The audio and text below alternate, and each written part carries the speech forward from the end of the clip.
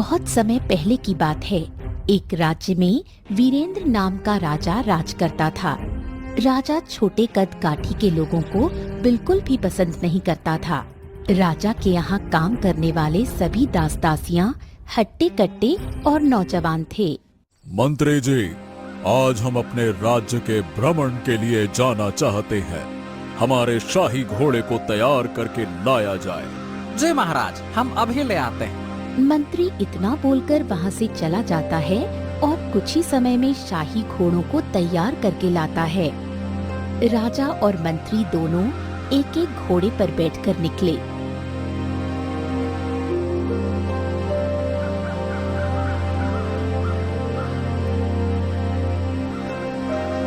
कुछ ही देर में राजा और मंत्री अपने राज्य की सीमा पर पहुँचे। तभी राजा को प्यास लगी। मंत्री जी, मुझे बहुत जोरों की प्यास लगी है। मेरे लिए पीने के पानी का व्यवस्था किया जाए। जी महाराज, मैं आपके लिए कुछ व्यवस्था करता हूँ। मंत्री जी इतना बोलकर पानी की तलाश में निकल जाते हैं। कुछ दूर चलने के बाद उन्हें एक बौना व्यक्ति दिखा जो कुएं से पानी निकाल रहा था। अरे ये तो बौना है। अगर मैंने इससे पानी लिया और महाराज को पता चल गया, अरे रे रे रे, तब तो मुझे मृत्यु दंड दे देंगे। और पानी लेकर सही समय पर नहीं पहुंच पाया तो भी महाराज क्रोधित होंगे और मुझे सजा देंगे। हे प्रभु, ये कैसे धर्म संकट में फंस गया भगवान। अब मैं क्या करूं? अगर प्यास की वजह से महाराज को कुछ हो गया तो नहीं, मुझे इसी से पानी ले लेना चाहिए। ए भाई सुनो। मंत्री जी इतना सोचकर उस बौने से पानी की मांग करते हैं और पानी ले लेते हैं। कुछ ही देर में मंत्री महाराज के पास पहुंच जाते हैं और उन्हें पानी पिलाते हैं। पानी पीकर महाराज को काफी राहत मिली। अब अच्छा लग रहा है। आपका बहुत बहुत धन्यवाद मंत्री जी, जो सही समय पर मुझे पानी पिलाया, वरना आज तो मैं प्यास की वजह से ही मर जाता। महाराज, आप ये कैसी बातें कर रहे हैं? ये तो मेरा फर्ज था।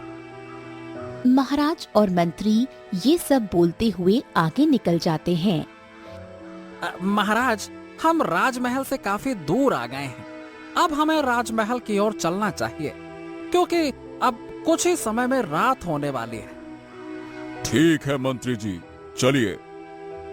इतना बोलकर महाराज और मंत्री दोनों राजमहल वापस लौटते हैं।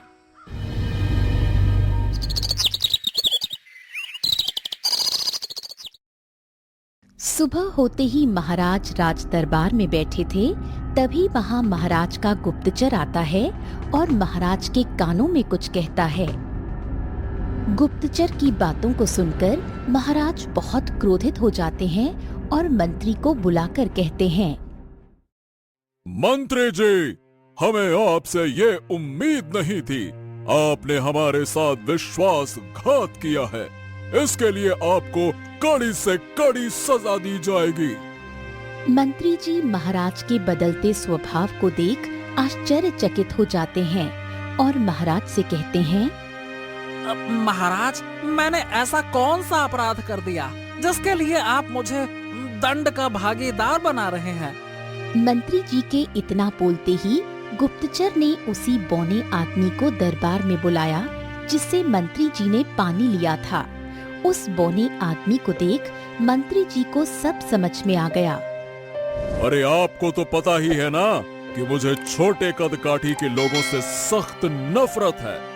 मैं उन्हें बिल्कुल भी पसंद नहीं करता, और ये सब जानते हुए भी आप जानबूझकर एक बौने के हाथों से पानी लेकर आए और मुझे पिलाया।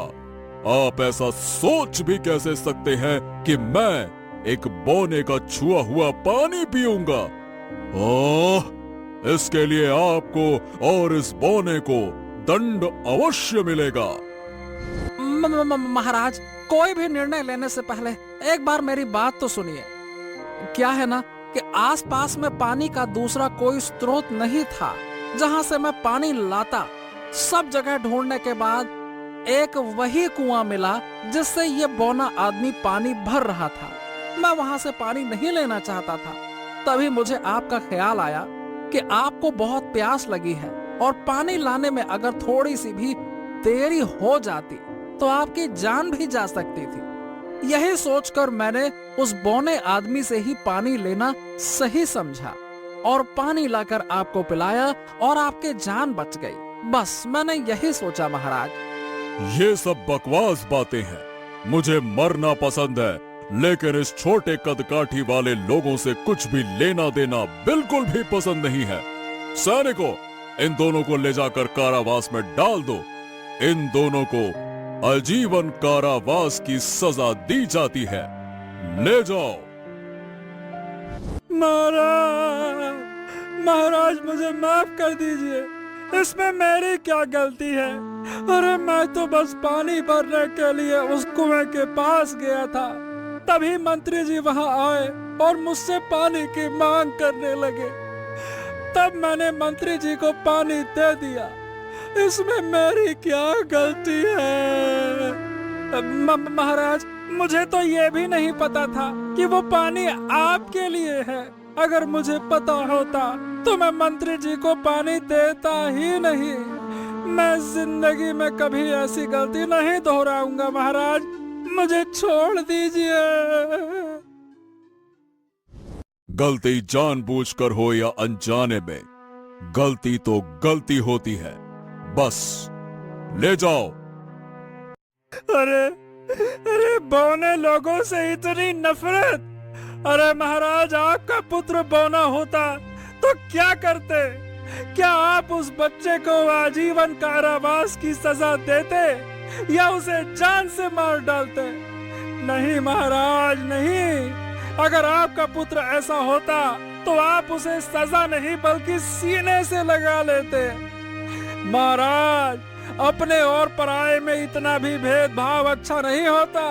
एक इंसान होकर दूसरे इंसान से इतनी नफरत, ये न्याय प्रिय नहीं है महाराज। नहीं है, नहीं है, नहीं है। इतना घमंड अच्छा नहीं होता महाराज, अच्छा नहीं होता।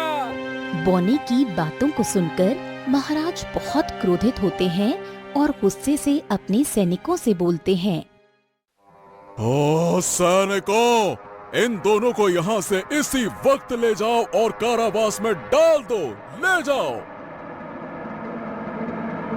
महाराज के आदेश के अनुसार सैनिकों ने उन दोनों को ले जाकर कारावास में डाल दिया।